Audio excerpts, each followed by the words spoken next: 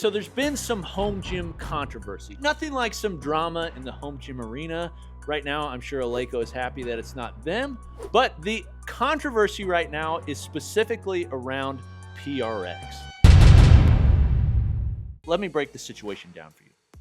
A couple weeks ago, we did a review on the PRx Halo arms. Product-wise, the best lever arms that there are. Then, after we released that video, suddenly we start to hear from some smaller creators that have come up with products like Vendetta, who had basically came up with these plates that go on lever arms and allow you to do some of the functionality that PRx now has integrated to their product. Kaizen did a video talking about how him and Jimpin had come up with this adjustable arm that allows side to side, and now PRx integrated it into their product. And I think this is the biggest problem that's around it, because other people have come up with some of that functionality on jammer arms. I would say Gavin Laird is actually one of the ones who came up with the idea, maybe even before any of them.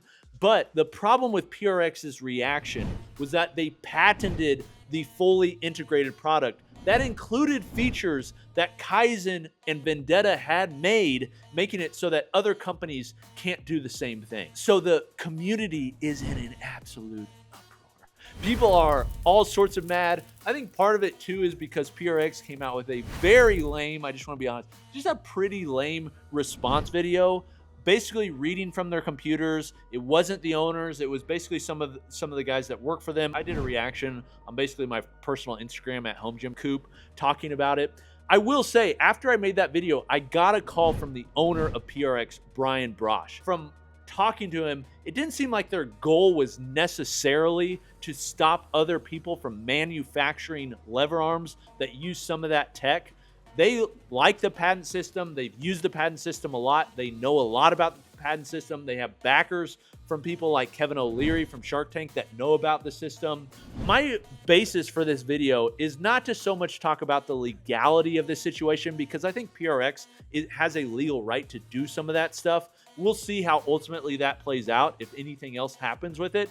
But I want to speak mainly to the idea of bigger companies partnering with smaller companies and why I think it's a benefit for everybody involved. I want to say, like, PRx is catching a lot of flack on this right now, but PRx isn't the only company that's ever done this. Also, the impetus to make this video was the PRx situation, but I'm not just speaking to PRx on this. I'm speaking to all the big companies that I think could benefit from seeing and working with smaller creators. Here's like kind of my first point that I want to break out. Regardless of if the company's main objective is maximize revenue or maximize impact, the goal in the vehicle to get there is through serving the customer. You see this from like massive companies, and I'm not like saying like this is a company everybody should be like, but I'm saying specifically, you look at Amazon and Jeff Bezos. If you read any of his shareholder letters, they're all focused on serving the customer, having fear for the customer. He even has some phrases like, our customer service rep should wake up in fear of our customers because that's who we serve most of all. Basically, the companies need to serve the customer in how they create things and how they make business decisions. And I think particularly in the PRx situation, it seemed to me like they weren't necessarily serving the customer, in that their customer is also the small companies. Like, the small companies are people that are buying their products too. And so from a legal basis, companies that do that sort of thing may have a platform to stand on. The problem comes in the backlash from customers that recognize, hey, that's kind of not a great thing to do. And this is a way that we can increase innovation, is by having smaller companies partner with bigger companies. If you increase innovation, you're serving the customer because you're bringing other products to market. And I think in some ways, this sort of like infighting that happens actually stifles innovation in the long run. And therefore, if it stifles innovation, it actually hurts the customer. The next, business is cutthroat, but legal does not always equal ethical. So just because something is able to be done doesn't mean you should do it. Both from an ethical standpoint, but also through a strategic standpoint, like a strategic business decision. This is one of my issues with the whole thing that's happened with PRx, is I just think it's fine from a legal perspective. Like, I don't think there's an issue there. And ethically, you know, people can argue different things. I think that they should have made a different decision. But I think strategically, the goal is to try to earn a better name in the industry in which you work in. Like that should be a goal, to make your name really well known. The problem comes when you make a decision that everybody gives you backlash on. I didn't see really very many people that were like, oh, that was a good decision. Everybody's kind of like, oh, this is a poor decision. We've seen this with other companies too. And it's like, man, there's always opportunity to like basically apologize and no longer do that. That's where I think the rubber really meets the road in terms of, hey, basically everybody has said this is a poor idea. Change the idea. You no longer have to do it. You can suddenly start to collaborate. The goal is to make better equipment and to serve the customer that wants to basically buy from you. You need to serve that customer, and you're not serving the customer in a way that's going to be helpful to you or to them by making decisions in this way. There's a quote from Warren Buffett. He basically says it takes 20 years to build a reputation and 5 minutes to ruin it. When you think through that lens, you end up doing things differently. And I think this is a situation. You're looking for the long-term growth of your company. You're looking for the long-term growth of the home gym community in general. So you make decisions with the long-term in mind.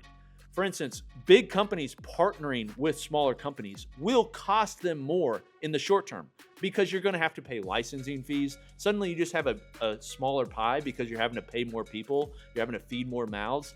But in the long run, you're gaining basically benefit from the community who's like, this is a really good idea. I want to basically buy from companies that are doing things that I agree with, and it gives you more opportunity to then innovate on other ideas too and have a bigger pool of products. It's just going to lead to a better name in the community. Honestly, the home gym market in the community is small enough and like people are into it enough that your name being good really matters. So I would focus more on that for the bigger companies and less on like, how do I increase margins as maximally as possible in the short term. Next would be, you don't have to invent everything internally. Being able to partner with smaller companies, creators that are making things and DIYing things and coming up with ideas. I mean, it's one of the beauties of our industry is it's so metal based. Because it's not tech based, you can have people in their garages tinkering pretty easily and coming up with good ideas. That's harder to do in like, say, tech, like phones. Like you have some people that tinker in their garages, but it's not like everybody who uses a phone is like this active user who's coming up with all these different ways to use it. You totally see it in the home gym market where people are using this stuff constantly. They're comparing and contrasting, and they're coming up with their own ideas. Finding people that are coming up with their own ideas, partnering with them is going to benefit everybody. And you see this right now, specifically with some companies. One of those is Rep Fitness. You see them partner with Pepin. Pepin does not have the ability or probably even the desire to scale his company to the same level that Rep has already. So Rep sees Pepin's making the best adjustable dumbbell in the market. Like it's pretty, like everybody's saying it, okay? Let's just partner with them. We're not going to make as much money on the product, but it's not a product that we could probably beat anyways. So let's just partner. Both of us, it's a win-win. Pepin can still operate his business and innovate on the side and maybe present future ideas to Rep. And everybody's looking at Rep as like this good guy in this situation because they partner with somebody that's smaller, offered a better product that they couldn't really even afford, now at a cheaper price point, but still a very good product. It's like win all around. That's what bigger companies should be doing. Rogue did that. Basically, they recognized their errors with the Mutant Metals situation when they came out with the Velocidor. And they recognized it. Instead of keeping going forward and basically like digging their heels in and hardening themselves, they decided, hey, we're going to partner with Mutant Metals and we're going to come out and actually manufacture their brackets for the UDA attachment. And what do you see now? A big win-win. People now look at Rogue in like a more positive light, even though Rogue is a really big company. Those sorts of things I think can happen more and more and should. Then another one is Titan Fitness in the Squat Max MD. Titan's story in the beginning was them just stealing everything from Rogue. Everything from their logo. Like some of you guys probably remember like their logos on the freaking benches looked exactly like a Rogue logo but said Titan on it. Same colors. It's just like, what the freak? Well, they've had like a comeback story because now they're actually partnering with companies. Say the Squat Max MD. Perfect example. The new twist lock collars, I don't know if they did those internally or they partnered with somebody, but it seemed like they had some real IP behind it. The Ronin jump box, another example, where it's like you have a bigger company, Titan, who focuses and really good at manufacturing, is really good at basically outsourcing products and bringing them in, importing them. They've got that whole process down, have the warehousing, have the website, have the following, and they're partnering with smaller creators, inventors that are out there. And then my last thing is for you bigger companies, one reason that some of the smaller companies, inventors, are actually coming up with good stuff, and this is a secret, they're actually using the freaking thing. If you want to create a product for a people that are really into the thing, you got to actually use the thing. So hire engineers and people on your company that are actually into home gyms and lift. Like, it seems like a pretty obvious thing. Not everybody in your company has to actually use this stuff. Not everybody is like people in finance, they probably need to be more into finance and numbers and crunching numbers than they do using the equipment. But your engineers, dude, your engineers, they don't have to be jacked, but they got to know what they're doing. So you see this, like another example is Rep. They're hiring engineers that are into the thing. They love the thing. They've got home gyms. They're using the equipment. They're tinkering on the side.